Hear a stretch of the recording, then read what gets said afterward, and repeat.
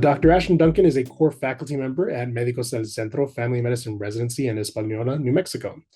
He received his Bachelor of Science in Microbiology from the University of Oklahoma in 2016, Master of Public Health from OUHSC Hudson College of Public Health in 2019, and Doctor of Medicine from the OUTU School of Community Medicine in 2021.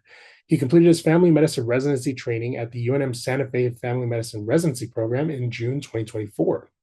His professional interests include native and tribal health, outpatient medicine, lifestyle medicine, public health, academic medicine, and applied research in primary care. Our second speaker, Dr. Isabel Diaz Morfin, is a third year and lead resident at the UNM Santa Fe Family Medicine Residency Program and future fellow at the Geriatric Medicine Program at UNM. She earned a master's degree from the University of Alcalá, Spain, and medical degree from the University of Colima, Mexico. She has experience working with the underserved in rural Mexico, providing primary, urgent, and pre-hospital care. She is also interested in inpatient, outpatient, and geriatric medicine after completing her residency. All right.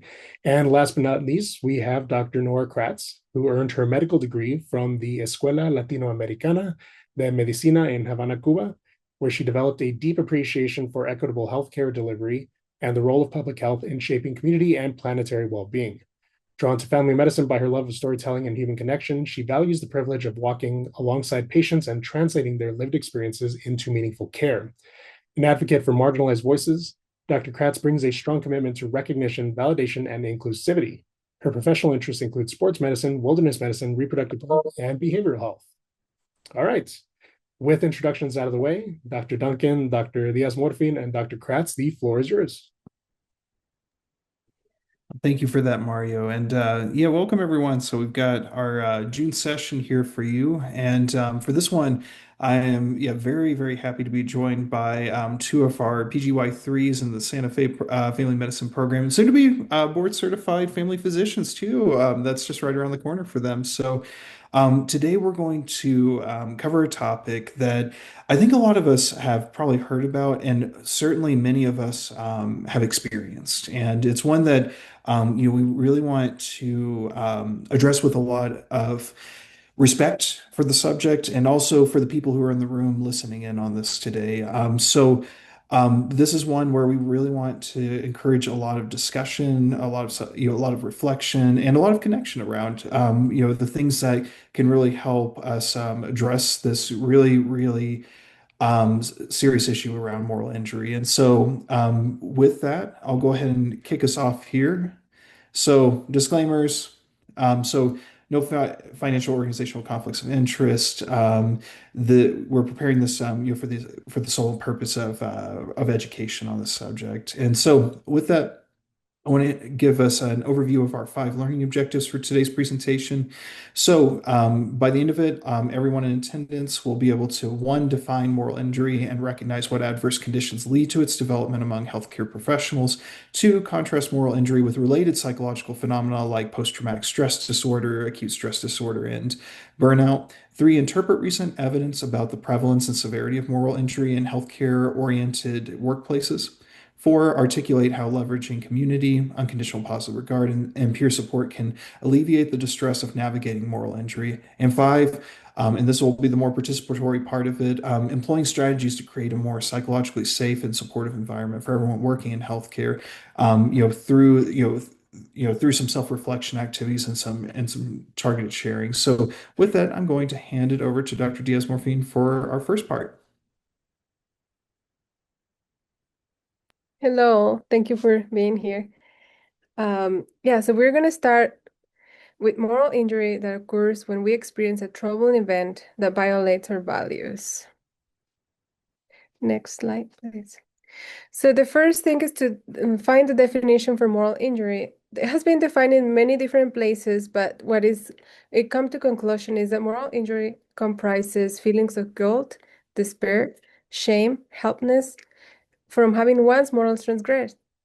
Those underrepresented in healthcare are more likely to experience moral injury arising from micro and macroaggressions.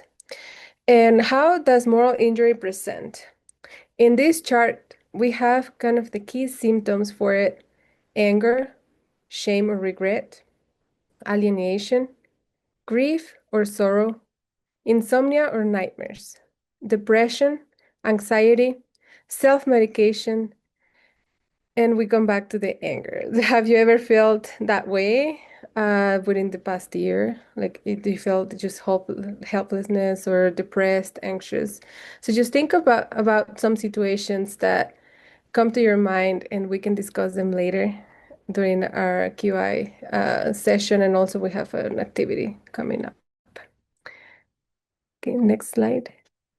So we're going to talk a little bit about the brief history and context.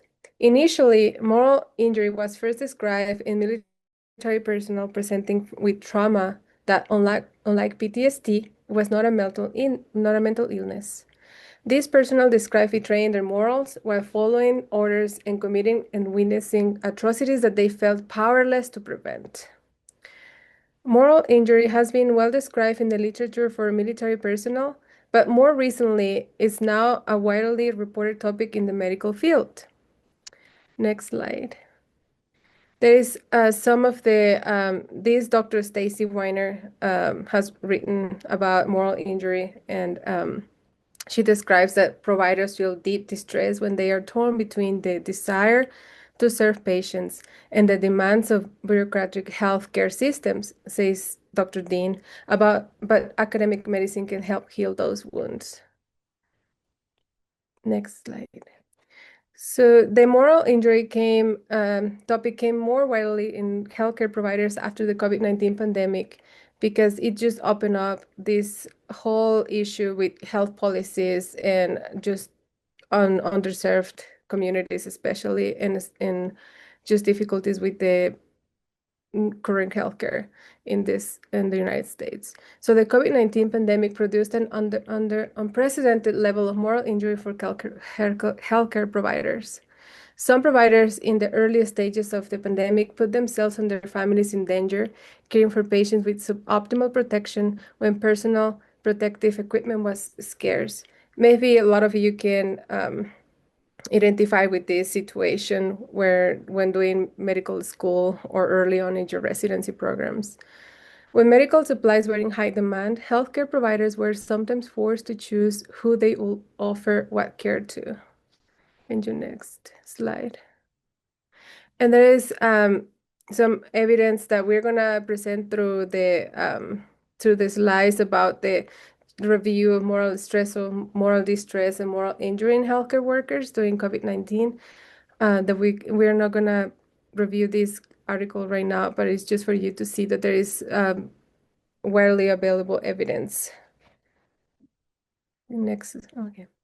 So now we're gonna compare moral injury, burnout, acute stress disorder, and PTSD, and to kind of identify the difference between them. So for moral injury, it's distinct that it focuses on moral and ethical transgression and associated with emotions. Burnout, on the other hand, is a work-related syndrome marked by emotional exhaustion, despersonalization, and reduced personal accomplishment. Whereas acute stress disorder and PTSD are trauma-related psychiatric disorders with different core symptomatology and diagnostic criteria that is defined in the DSM-5. We can repeat the key symptoms and signs for moral injury that often they overlap between PTSD, ASD, burnout, but the difference is that they are not described in any DSM-5, or they don't have a diagnosed criteria. So moral injury can manifest as feelings of guilt or shame, sense of betrayal, anger, disgust, anxiety, helplessness, cynicism, loss of confidence, isolation, sadness, negative thoughts about oneself, about others, and about the world.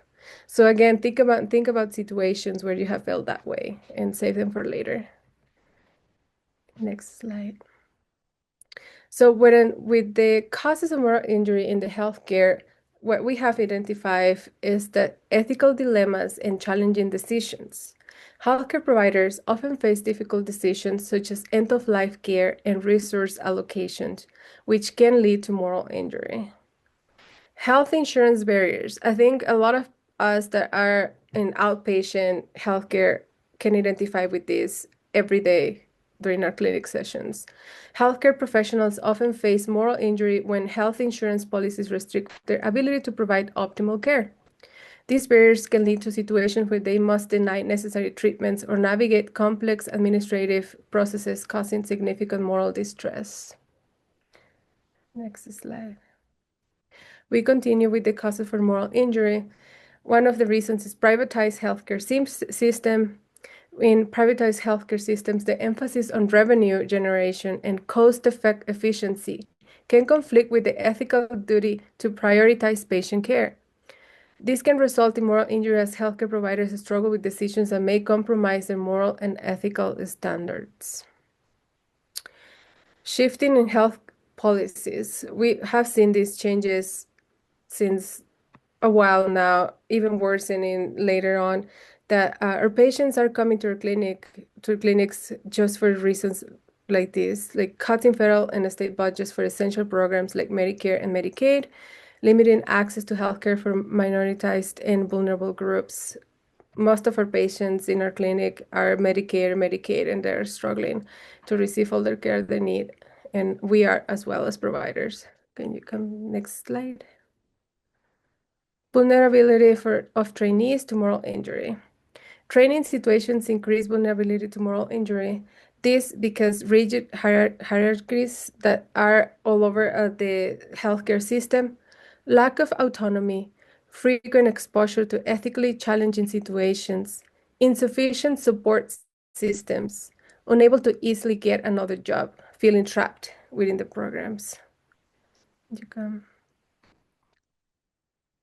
The impact on healthcare professionals, mental and emotional consequences. Moral injury can lead to significant psychological, occupational, and social consequences, including increased rates of anxiety, depression, burnout, post-traumatic stress symptoms, and decreased quality of life. The effects on job performance and patient care is something that we're also experiencing, especially in the state of New Mexico. Internal conflict can negatively affect job satisfaction, overall performance, and employee retention that can potentially jeopardize patient care and healthcare access. Next slide. Well, I hand now the slides to Dr. Nora Kratz. Hey, everyone. So where's the bad echo? Sorry. Okay, so now we wanted to go into a few review articles and just to show that there's quite a bit of information and studies that have been done regarding moral injury. This first one we wanted to highlight is an integrated review. They looked at 16 different studies, both epidemiological and clinical. However, the majority of them were epidemiological studies. The clinical studies, there's more of a lack of. And they found that the definition of moral injury really differs. They found that the debate on effectivity of treatment modalities, so that was kind of what they looked into, was that debate, whether treatments for PTSD versus new models of treatment were effective, and overall found that more research is needed, and that there were unclear mechanisms of clinical effect and small sample sizes so far in this study, in this review. Next slide. This next paper, Moral Injuries in Healthcare Workers, Causes Them and What to Do About Them. So this paper focuses on experiences of MI in individuals, causes and ways to reduce them. And the challenges that influence the development of MI, being chronic understaffing, pressure to treat high numbers, limited resources. And this paper also suggests mitigation by fostering work environments that treat MI and those other and treats it as other occupational hazards. So I thought that was a very interesting way of looking at it, to treat MI as, you know, sort of integrating it into the system as also another type of occupational hazard to treat it as such. Next slide. And then this study to the prevalence of occupational moral injury. It looked at exposures to what we call clinically morally injurious events, moral injury symptoms, and exposure to transgressions and betrayal by others. What it found was looking at veterans, healthcare workers, first responders, armed forces, educators, journalists, child protective service employees, unemployed, public sector employees, and executive patients, all included in these. But then it narrowed it down just to healthcare workers and found that 45% of healthcare professionals had relevant injury exposure. And exposure to any potentially more injurious event across occupations was a total of 67%. So they're saying that 1 in 2 of healthcare professionals experiences this. So that's a pretty significant finding. Next slide. Then this slide shows that moral injury distress scale. So this study was looking at developing just that, a distress scale. They titled it MIDS or MIDS to differentiate MI from what they term normative distress following an exposure to those potentially morally injurious events. And then they kind of found a cutoff that they felt was an effective cutoff, and they explained kind of further how they determined that. But it looked essentially for functionally impairing and clinically meaningful MI, and that was the important point there. And in using that scale, they found 10.2% of respondents exposed to PMIE screened positive for MI at their proposed score threshold, so that threshold that we discussed. And that they interestingly found, and not so interestingly, not so surprisingly, ethnic and racially minoritized groups to be in the majority of that group. So 17.9% of those 10.2% exposed and screened positive were ethnic and racial minoritized folks versus 8% white and non-Hispanic folks. Next slide. So then we go into different types of solutions for navigating moral injury. So there are a number of different solutions in the research and in the literature proposed. So individual level strategies, promoting self-compassion, spiritual well-being, and moral resilience. These can be achieved through dedicating time off to participate in restorative activities. Structured team building activities are also proposed ideas. But then having some flexibility, having some agency in your life. There can be some personalized therapies, adaptive disclosure, loving kindness, meditation are also proposed. There's interdisciplinary support, chaplains, psychologists, programs, and then options for psychological and religious care. Next slide. And then leadership modeling, so ethical behavior and addressing systemic sources of distress. So I think this is a very important one. You need to be able to prioritize people over the bottom line. And I really like this paper that we mentioned earlier, which the title was Moral Injury in Healthcare Workers, What Causes Them and What to Do About Them. Points out in their methods for reduction of moral injury in healthcare workers that it is noteworthy that the majority of the research to date suggests that the best way to fully address MI in healthcare workers is by addressing the root causes, although there are no easy, tangible, and practical steps outlined for addressing these. And I think that that's a very, very important thing, that the root causes are something that we have some control over. I think that healthcare in itself is inherently exposed to MI and will continue to be within control for all others. But that's my opinion. And reduced administrative burden and increased clinical autonomy. So must support the support staff and whole team. So in terms of reducing administrative burden And then clinical autonomy, having some, I think, especially of having efficiency in that e-commerce, reducing that kind of after work, after hours kind of burden on folks whenever we can.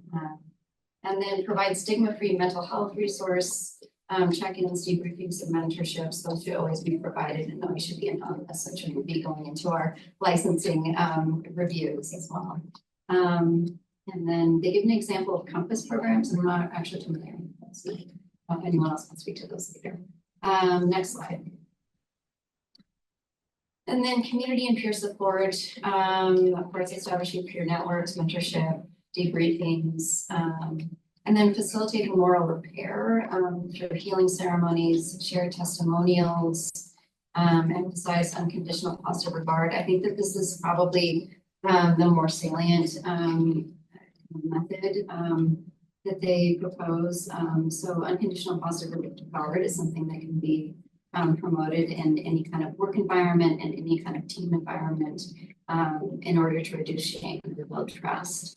Examples of that could be communicating to your staff, having, I guess you could have some like group discussions or trainings where you could also have posters that promote this and making sure that your leaders are trained in this, are modeling positive regard. Evidence gaps. So there's a need for long-term culturally sensitive research.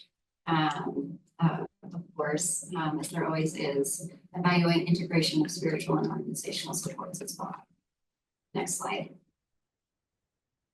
And that's the end of my slide, so I'll pass it over to Dr. Duncan. All right, so thank you for that. So now is going to be the part of the presentation where we're going to really focus in on getting everyone to really, I think, reflect on these topics. There's, a lot more that we could go into talking about regarding moral injury, some of the other research that's been done, but I feel like there's, nothing better, for a presentation like this than applying it to what's really going on with us, at the moment. And so, what I'd like everyone to do is joining us. If you have something available, I'd like to ask everyone to get a piece of paper. It doesn't matter what kind, just something that you can write and draw on. Writing utensil, again, doesn't matter, just whatever you have available. If you're trying to participate with a computer, it may be a little bit more difficult because there will be a little bit more drawing that will be involved here in a moment. Nothing crazy though. I'm not going to ask you guys to do anything too extensive, but I do want us to really be able to take some time to reflect on these subjects, and so we have plenty of time to discuss at the end. So we're going to go through several activities, and I wanted to show this paper here from MedEd Portal. That's going to be our guidepost for these activities. So all the things you'll see are adapted from this article that was published in November 2023. And I think allow us to kind of really take what Dr. Diaz Morfin and Dr. Kratz talked about and really apply it to ourselves. Okay, so just take your time getting your things together, and we'll hop in with the first one. All right, so to give a little bit more time for you to get that piece of paper and writing utensil, I'm going to read a little bit to you before we kick off with the first set of questions. So a lot of what you've heard about in terms of moral injury comes down to values, and specifically when values are violated. And values are not the same as goals. Values involve ongoing action. They're like directions we keep moving in, whereas goals are what we want to achieve along the way. Goals can be achieved or crossed off, whereas values, again, are just those parts of our lives that help to direct, that motion that we go through along in an ongoing manner. So, for example, if you want to be a loving, caring, supportive partner, that is a value. It involves ongoing action. In contrast, if you want to get married, that's a goal. It can be crossed off or achieved. If you want a better job, that's a goal. Once you've got that better job, the goal's achieved. And so if you want to fully apply yourself at work, contribute your best, and engage fully in what you're doing, that's a value. It involves this ongoing action. It also involves a number of different goals that kind of align underneath it. So On your piece of paper, let's just take a few seconds to answer these two questions. So, first one, what sort of person do you want to be?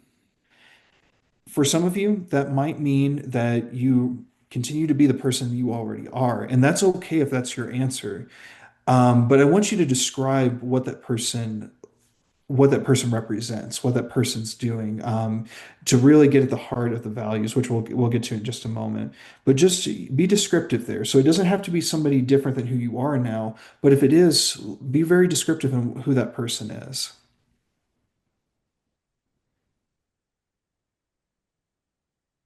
And as you're writing that out, let's think about this next question. So, what personal strengths or qualities do you want to develop? So this one will be a little bit more future oriented. This will require a little bit more thinking about here's where I'm at now and here's what I'd like to develop. And again, if it means just keeping that saw sharpened, that's okay. You can mention that. So highlight those qualities or strengths really fast. And we'll give everyone maybe about 10 seconds to get that down.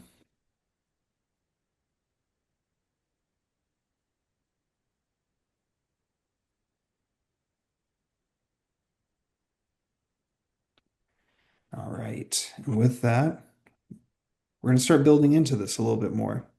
So on this slide, you have we have two lists here of different values that might be important to you.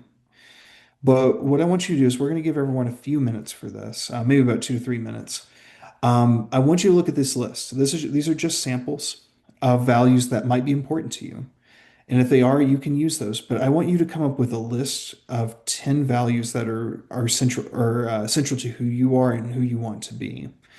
Like I said, we'll give everyone a couple minutes and then we'll move on with the next part.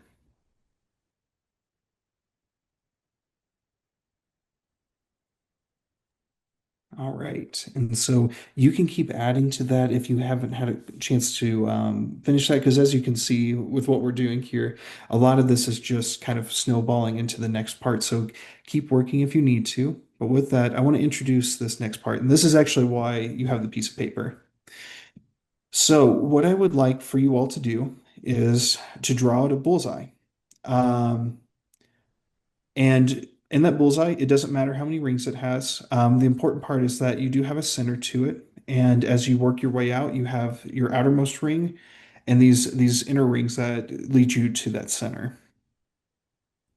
And this is going to be the next part, that list you came up with.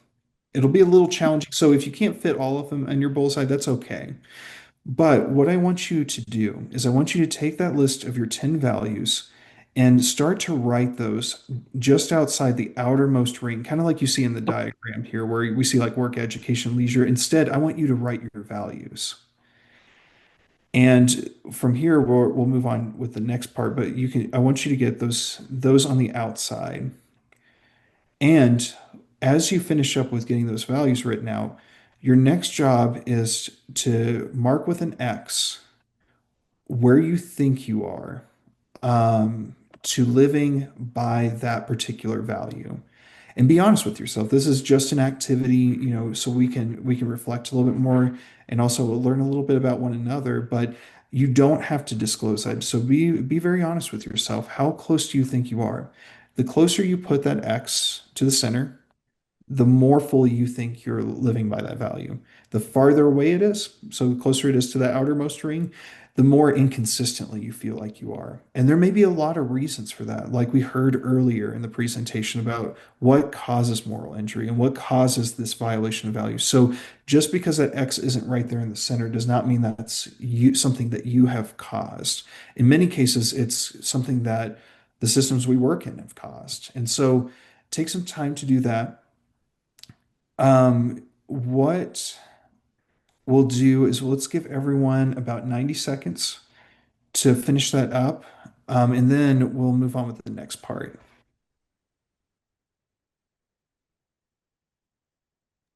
All right, so let's come back together. Now, I want you, before we move on to the next slide, just to take a look at where everything's marked and where you might see some patterns of things being farther out from the center versus those that are closer to the center. That'll come back around. So I just want you to keep an eye on that as we move through to this next part. Now, for this one, I really like it if you have something to say about these cases, to put it in the chat or to unmute and let's talk about it. I'm gonna read I have two cases for you all, and I'm gonna read them out loud. I want you to really think about yourself in the scenario. And you may also find that you relate very strongly to this, that you have been put in a situation that either is pretty much identical, if not very, very similar to what's going on and what in these cases. So here's case one for you. You are a nurse, or we'll say any professional in a pediatric patient's room with a Spanish-speaking mother. He experienced a laceration on his forehead, which required closure with steri strips and bandages. A resident comes in without introduction and proceeds to remove the bandages from the patient's head. The patient cries out in pain. The mother looks at you, confused and concerned that her son is in pain. The resident walks out. You apologize to the mother. So, how just first reflect, point of reflection, how does that make you feel hearing that?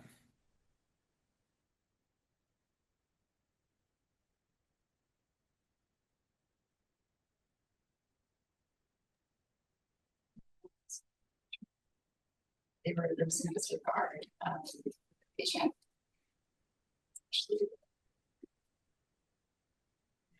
Sorry, I might have missed that one from the Santa Fe site. Could you repeat that? Oh, I was just saying from the back here that it made me feel uncomfortable reading that. And for the family and patient. The same, right? I definitely feel very uncomfortable about this too. Just kind of thinking, thinking out, how many of you all have been in a situation like this? How many of you all have been the nurse? But also, how many of you all have been the resident? And I don't mean quite literally. I mean, how many of you all have been in that situation where there was a language barrier that you kind of had to work past and may have created some concern for others because of it? Say very often. Yes. So I think a lot of us have probably seen this. And I think, especially, reflecting on the Santa Fe program side, you cross a lot of settings of care in your particular training. And some of this you may have seen in one, but not the others. Maybe some of this is stuff that you felt through. But imagine this experience as this nurse in the scenario where you're experiencing this multiple times a day, multiple days a week for multiple weeks a year. And think of that, just that overall additive effect that can have over time of seeing something like that happen, but also potentially, struggling with power dynamics that might prevent you from speaking up, because this is the whole point of the moral injury, of recognizing this moral injury in this situation. True, this one situation might not leave you with all the things that we heard from Dr. Kratz and Dr. Diaz Morfin earlier, but you may be really thinking to yourself that, wow, I can feel though that small drop of water coming out of the bucket every time something like this happens. So with that, let's go to another case. So read this one out again. You are receiving sign out as the overnight fellow in the cardiothoracic intensive care unit. You learn that one of your patients is a 70-year-old white man who is a retired police officer. During the shift change, you introduce yourself as the fellow on call, to which the patient responds, "I thought all of you black girls were out rioting." None of the other members of the care team speak up. So same questions. What do you what does this make you feel? Imagine yourself in the scenario, or maybe you've been in a really similar situation where it may not be, racially or ethnically based, but maybe it's on the basis of gender, maybe it's on the basis of some other part of your identity. What do you think about this?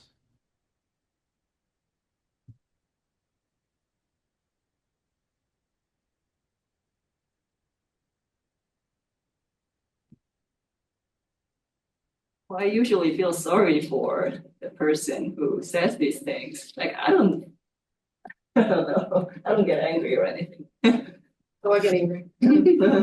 Yeah. I just yeah, this person doesn't know better. I'm also irritated at the care team for not speaking up. Interesting because as doctors, we're usually taught to think that we are in a position of power, but it actually feels quite helpless in this scenario. It's like, no, we can't refuse to care for you, and we can't like, attempt to ameliorate the situation. Like And you do have capitalize ways on this. of dealing with it. And actually, I've talked to students who had similar issues where they've actually gone to their attending and reassigned the patient to a team. So you do have some power. You just have to go through the right. Right, and I guess like, what if you're the only hospitalist, this is your assigned patient, this is how you're treating. Yeah, and you have to do is talk with the attending. Because they You're- will. you're- If you're the attending. attending. If you're What the if you're the attending? Oh, if I'm the attending, you'd have to sit down and have a discussion. I have spoken with patients who've been out with being racist.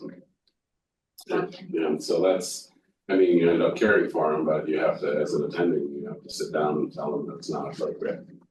I usually call them out in the moment when stuff like that happens. That's usually what we want. Yeah. Yeah, you can say that, that comment's inappropriate. Say that. Yeah, it's not productive.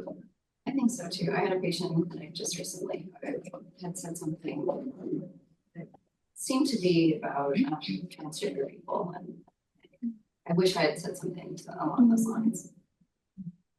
Yeah, I was in a situation like that at UNM, and it really felt good that my attending speaked up right there in the I room. think it's also really hard just thinking through this, because I was thinking about like Nora didn't say something during clinic. It's also probably because you're like, I just need to get on with my day. I don't want to take this time to do this because then I have to deal with it and I think about it more. And like that's a big ask. It is. And like it's the right thing to do, but it adds something to your plate that Giving some thought to it ahead of time, I think for the next time that that's happened, I feel like I'll be a little more prepared. But yeah, definitely. Yeah. Okay, I didn't have time. Yeah, it's like I just don't have time to address this right now. I just want to get out of the room. Yeah. And it's also like an emotional reaction. Yeah, and not letting your emotions get Yeah. involved. Yeah. It's on our check-in. Yeah, like it's time. And thank you all for sharing, because all of these points that you guys have brought up are, I think extremely valuable, because we, in the moment, I think can write off one situation like this happening. The interesting part is that you probably noticed earlier that a lot of the things we're talking about moral injury, there's a lot of overlap with other areas of research, areas of observation about going through and having negative experiences. And that while in one instance, this may not be the most injurious issue, again, we have to think about this for ourselves, for our colleagues, for everyone involved, that if this continues to happen unchecked, eventually this will drain you. This will begin to violate those values that even for yourself, thinking back to your own bullseye, thinking back to that list that you created earlier, think about what it might be like if suddenly all of those X's start migrating out to that outermost ring. Because in many cases, what we see is very much what you all said, is that it's easy to justify, well, I'm busy, I need to move through, but I really appreciate the conversation around that, because this is exactly what we need to be thinking about and what we need to be acknowledging for ourselves. And also, like we heard earlier, what are our resources of addressing the situation? Do we have an attending? Do we have some sort of manager available? Whatever the case may be, knowing those resources is part of this, part of this conversation too. So with this, we wanted to open it up, and this is kind of a part where Dr. Kratz, Dr. Diaz Morfin, and I can just kind of, pretty freely, just kind of, guide some conversations here. We've already started it with the other case, but just to kind of help kick off some more discussion. So looking back at the bullseye you created, I want you to identify a few values that are the most important to you. So out of those 10, like maybe your top 2 or 3, and would anybody like to share what your top 2 or 3 are?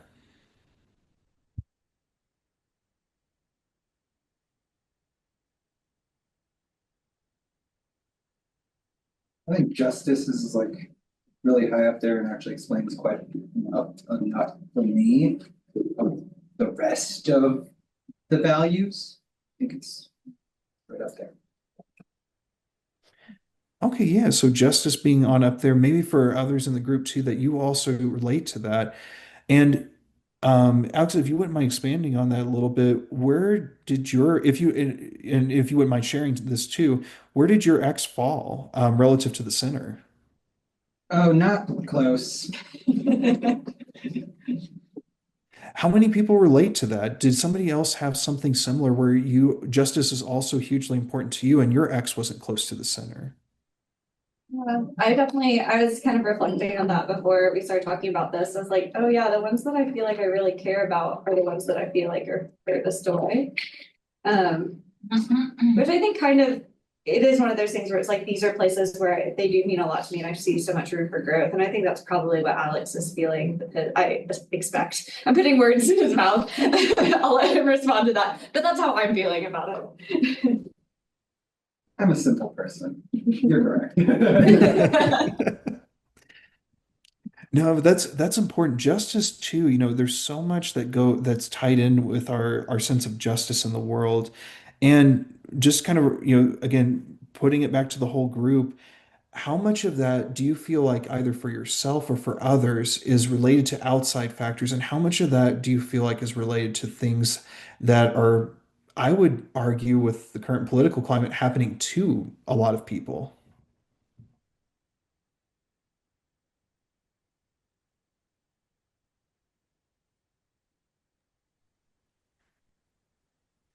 So I'll share that I personally relate to that very strongly. That if, for me, my ex is, for that one would be somewhere kind of on the outer part of that bullseye.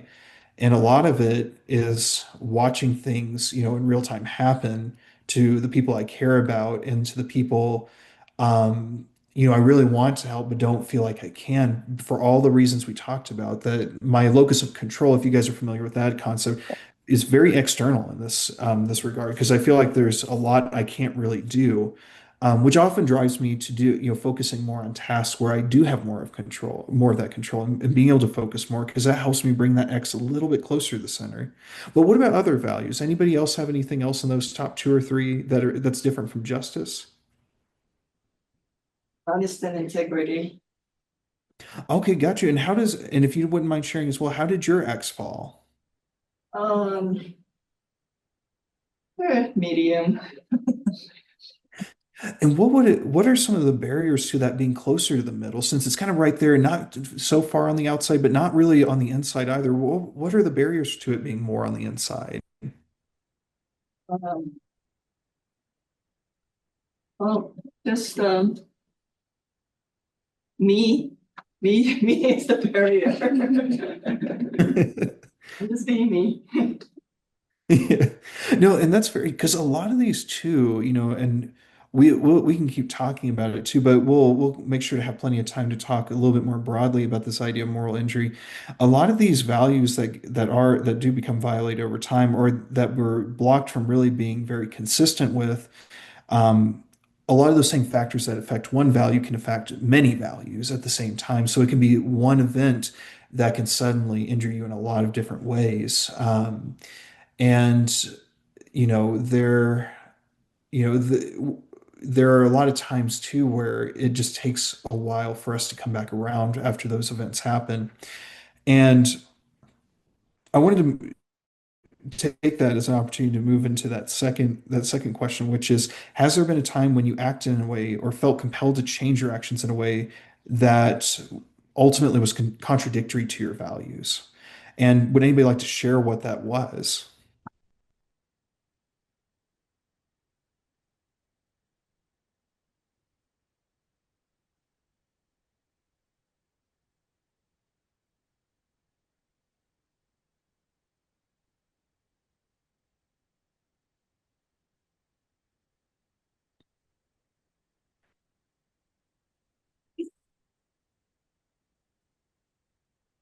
So maybe I can help out with just offering up in a personal example. So, recently, I think many of you are aware that, come July 16th, I'm not going to be in New Mexico anymore. That was not a decision made very lightly. And in many ways, this, talking about the subjects is actually, a lot of personal significance, because moral injury tied in with a lot of that. And I do feel like personally that a lot of the values that are really important to me were violated and having to make that decision. Because in a lot of ways, it didn't feel like a decision so much that was free to make. I mean, I technically was, but it didn't really feel that way. It felt more like my hand was progressively getting forced in that direction.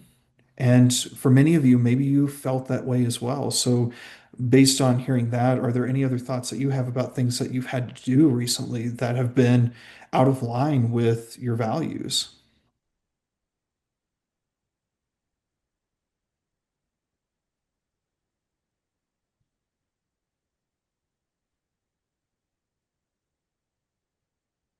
You guys are so early in the career, you will face these conflicts. And I can tell you they're not easy. And sometimes you'll take a leap of faith. Like when I went out in solo practice, when the university was doing inappropriate things, billing under my numbers. And so I was a young doctor, young child, still had a lot of debt. And, you know, the thing is that, you know, you kind of have to decide at what point you're going to take things in your own hands. So it took a long time for me to come back to work for somebody. It was my colleague who I trained with who actually was the one to get me to leave solo practice and come back and teach. So it's you know, you will run into this, and with the corporatization of healthcare, I don't think there's any, you know, any way to not see the conflicts that are going to occur. So I would say own your own business or unionize.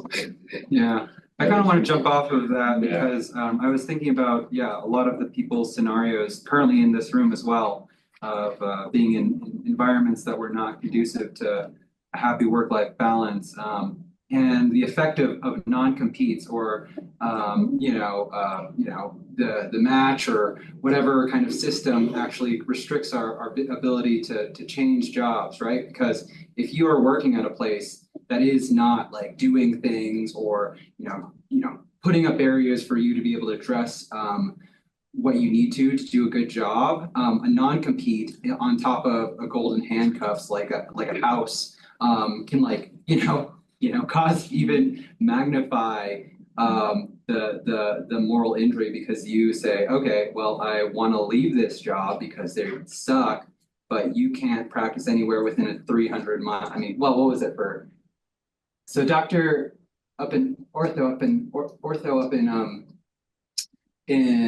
Espanola, he said he wouldn't be able to practice anywhere within here in Cruces. It's like, I'm not doing Cruces. So he ended up with, he's happy where he is, but some of these non-competes, really restrict the feedback mechanism for us to be able to address these root causes. Kind of go in conflict too with our mission of helping folks in our communities, right? So if you have to sign a non-compete, you find that you're not doing what you ethically, morally find acceptable of the location you're working, but you still want to work with your community, and you can't. That's further moral injury. Yeah, the other thing is all the contracts you sign have clauses that say that you can be fired without cause. And so what happens is they don't like what you have to say. There's been a lot of physicians who've been fired for speaking up for what's morally and professionally appropriate. And so, I mean, that's and it's gotten worse. I've been fortunate to experience something which most people can't do. Back 50, 60 years ago, almost all family doctors just were out in private practice and had control over their life, their practice, how they practice. And, the corporate structure now with insurance and reimbursement has caused doctors to flee to the shelter of the mothership. And so what's happening is that you're caught in this whole ethical financial bind. Yeah, and that's when you see these guys get up and talk about direct primary care and everything. I think it's the only saving grace for primary care in the future. But it's hard because you got everyone about financial obligations. You have to pay the bills. So but also being a trainee, like a resident, puts you in a much harder situation because you're tied to one program. You cannot leave the program, and you feel powerless to deal with situations with, I don't know, coworkers, yourself, and your lack of like decision making capacity, not mentally, but Sort that of makes it a little more difficult. Yeah. Yeah, More and, people for to 3 suffer years, I more mean, the reality is there has to be a catastrophic event that allows you to change programs and find a program that's accepted. Like if someone's changing a program, there could be something that goes on administratively that's so hostile that the board will allow transfer. But yeah, you guys are, kind of don't have power. That's the problem. Yeah, you do have a union, which is good.